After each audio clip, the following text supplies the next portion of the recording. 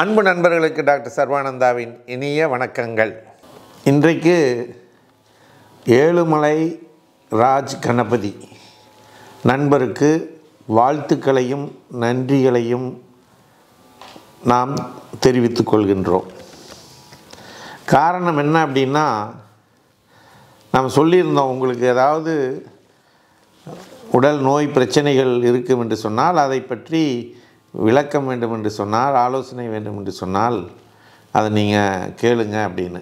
அந்த வகையிலே ஏழுமலை ராஜ் கணபதி அவர்கள் கிளக்கோமா அதை பற்றி நீங்கள் கொஞ்சம் சொல்லுங்கள் சார் அப்படின்னு சொன்னதோடு மட்டும் அல்லாமல், இந்த நீங்கள் கொடுக்கக்கூடிய விளக்கமானது பல லட்சக்கணக்கான மக்களுக்கு பயன்படும் வகையில் இருக்கும்னு ஒரு சின்ன நோட்டே அவர் போட்டிருந்தார். அதனால் அவருடைய பரந்த மனப்பான்மையும் சேவை மனப்பான்மையும் அடுத்தவங்களுக்கு நல்லது கிடைக்க வேண்டும் என்ற எண்ணத்தையும் நாம் பாராட்டுகிறோம், வாழ்த்துகிறோம். அவருடைய அந்த சேவை மனப்பான்மை அவருள் நிறைந்து மேலும் பலருக்கு உதவிகரமாக இருக்கட்டும். தாய்மையை போற்றுவோம். பெண்கள் அனைவருக்கும் வணக்கம். மாதவிலக்கு காலங்களில் ஏற்படும் வயிற்று வலியை ஒரே ஒரு முறை வர்ம சிகிச்சை செய்து நாம் சரி செய்து கொள்ள முடியும். இந்த வர்ம சிகிச்சையானது நாமக்கல் மாவட்டம் கலெக்டர் அலுவலகம் அருகில் இருக்கக்கூடிய சர்வம் ஹெல்த் கேரில் ஒவ்வொரு சனிக்கிழமையும் காலை 10 மணி முதல் 2 மணி வரை இலவசமாக அந்த சிகிச்சை அளிக்கப்படுகிறது. இதனை பயன்படுத்தி நீங்கள் அனைவரும் அந்த வயிற்று வலி பிரச்சனையிலிருந்து விடுபட இறைவனை பிரார்த்தித்து நிறைவு செய்கின்றோம். அனைவரும் வாருங்கள், நல்வழி பெறுங்கள். கிளக்கோமா அப்படின்னா என்ன அப்படிங்கிறத நம்ம பார்க்கலாம். இது கண்ணில் ஏற்படக்கூடிய ஒரு நோய் பிரச்சனை. இதில் என்ன அப்படின்னா, கண்ணினுடைய நரம்பு, ஆப்டிக் நர்வ், அந்த நரம்பானது அழுத்தம் ஏற்பட்டு பாதிப்படைந்து சிதைந்து அதன் வழியாக மூளைக்கு செல்ல வேண்டிய சமிக்கைகள் செல்லாமல் தடை ஏற்பட்டு பார்வை இழப்பு ஏற்படும், குருட்டுத்தன்மை ஏற்பட்டுவிடும். இதுதான் கிளக்கோமா அப்படின்னு நம்ம சொல்கிறோம். இந்த கிளக்கோமா ஏற்படுவதற்கு என்ன நிலைகள் அங்கே கண்ணில் நடக்கும் அப்படின்னா, கண்ணில் எப்போதுமே ஒரு திரவம் சுரந்து கொண்டே இருக்கும். ஒவ்வொரு நாளும் அது சுரக்கும். அந்த கண்ணை பாதுகாப்பாக வச்சுக்கிட்டு இருக்கோம். சுரக்கக்கூடிய அந்த திரவமானது வெளியேற்றப்படும், ஒரு கெனால் வழியாக வெளியேறிவிடும். அடுத்த நாள் அது சுரக்கும், ஆட்டோமேட்டிக் சிஸ்டம் அது.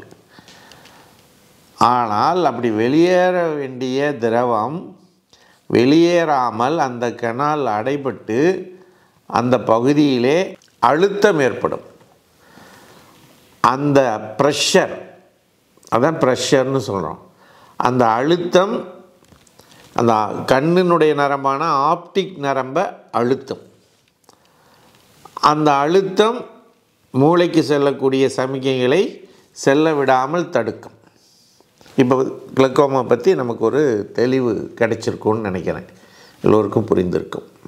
புரியுதுங்களா?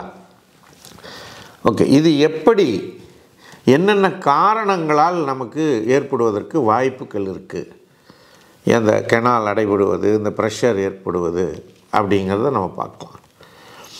ஒன்று, ஜெனட்டிக்ஸ், பரம்பரையாக ஏற்படக்கூடியது, அல்லது தூரப்பார்வை அல்லது கிட்ட பார்வை, அல்லது கண்ணில் அடிபடுதல், டயபெட்டிஸ், இந்த மாதிரியான பிரச்சனைகள் ஒருவருக்கு ஏற்படுகிறது என்றால் இந்த கிளக்கோமா வருவதற்கு வாய்ப்புகள் அதிகம். அடுத்து வயது, 40 வயதுக்கு மேற்பட்டவர்களுக்கு இது வருவதற்கு வாய்ப்புகள் இருக்குது. அது சாலேஸ்வரம்னு அந்த காலத்தில் சொல்லுவாங்க. 40 வயதுக்கு மேற்பட்டவர்களுக்கு இது வருவதற்கு வாய்ப்புகள் இருக்குது. அடுத்து அது மட்டும்தானா அப்படின்னா, வயதானவர்களுக்கு மட்டும்தானா அப்படின்னா இல்லைங்க. பிறந்த குழந்தைக்கு கூட இந்த குளுக்கோமா பிரச்சனை வருவதற்கு வாய்ப்புகள் இருக்குது. இதை எப்படி கண்டுபிடிக்கலாம் பிறந்த குழந்தைக்குன்னா, குழந்தை ஒரு நிலைப்பாட்டில் பார்க்காது. அது அந்த பார்வை அப்படிங்கிறது தெரியாமல் இருக்கும். கண்ணில் நீர் வடியும். கண் விழிகள் பெரிதாக இருக்கும். கண் விழிகள் பெரிதாக இருக்கும். அந்த குழந்தைய வெளிச்சத்தை பார்க்காது. வெளிச்சத்தை பார்க்குறத தவிர்க்கும். ஸோ இப்போ இந்த மாதிரியான பிரச்சனைகள் இருந்துச்சுன்னா, உங்களுக்கு அந்த குழந்தைக்கு பார்வையில் பிரச்சனை இருக்குது அப்படிங்கிறத தெரிந்து மருத்துவரை அணுகி நீங்கள் செக் பண்ணிக்கலாம். கண் மருத்துவரை அணுகி செக் பண்ணிக்கலாம். அதன் பிறகு எங்களோட நீங்கள் தொடர்பு கொள்ளலாம். இன்னும் சில காரணம்னா, கண்ணில் அடிபடுறது, அதாவது ஸ்டீராய்டு மருந்துகள். நாம் ஆங்கில வைத்தியத்தில் பல நோய்களுக்கு ஸ்டீராய்டு மெடிசின்ஸை உபயோகப்படுத்துகிறாங்க. அந்த மருந்துகளை அவங்க டாக்டர்ஸ் கொடுக்கறத விட இவங்களா செல்ஃபாக பல மருந்துகள் எடுத்துக்கிறாங்க. அது அடிப்படை காரணமாக இருக்கிறது. அது மட்டுமல்ல, இவங்களே போய் மெடிக்கல் ஸ்டோரில் சொல்லி இவங்க பிரச்சனைகளை சொல்லி தொடர்ந்து எடுத்துக்கொள்வதும் இதுக்கு காரணமாக அமைகிறது. சத்து குறைபாடுகள் காரணமாக இந்த பிரச்சனை ஏற்படுகிறது. இது எல்லாவற்றையும் நாம் கணக்கெடுத்து பார்க்க வேண்டும். சரிங்களா? இந்த குளுக்கோமா 2 வகையாக இருக்கும். திறந்த கோண குளுக்கோமா, மூடிய கோண குளுக்கோமா அப்படின்னு 2 வகைப்படுகிறது. அதுக்கடுத்து இதனுடைய சிம்டம்ஸ், அறிகுறிகள் என்ன அப்படின்னா, கண்ணில் வலி ஏற்படும், கண் சிவந்து போகும், கண்ணில் நீர் வடியும், குமட்டல் இருக்கும், வாந்தி வரும், கண் பார்வை குறைந்து போய்விடும்.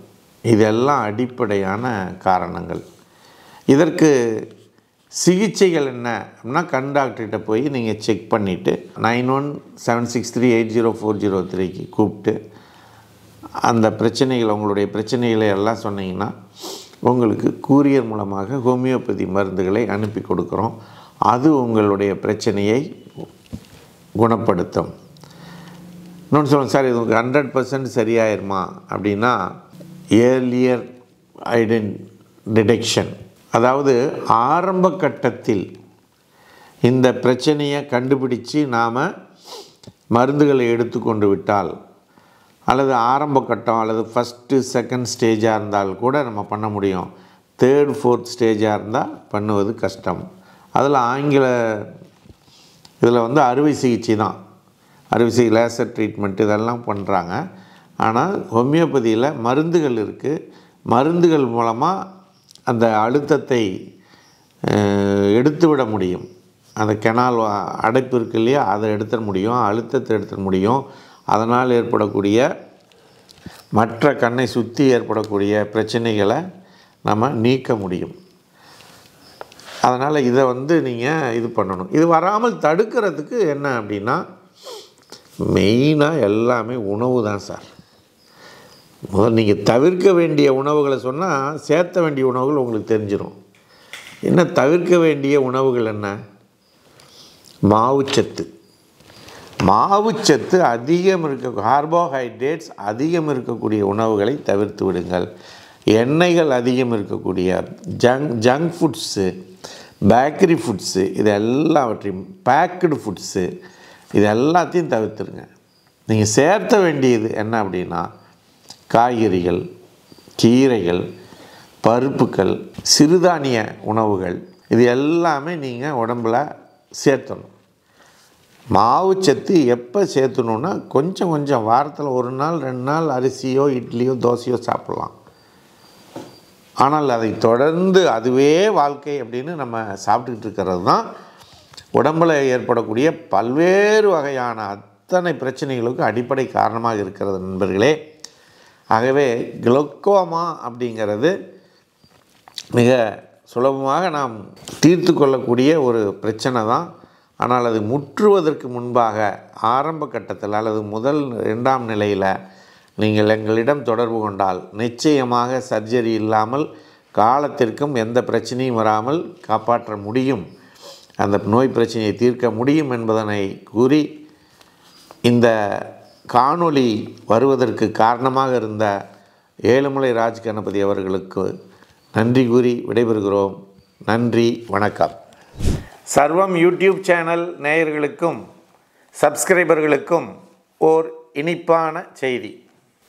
இனி வாரந்தோறும் உங்களினுடைய உடல் மனம் சம்பந்தப்பட்ட சந்தேகங்களுக்கும் கேள்விகளுக்கும் டாக்டர் ஸ்ரீ நித்ய சர்வானந்தா அவர்கள் நேரடியாக பதில் கூற உள்ளார்கள்.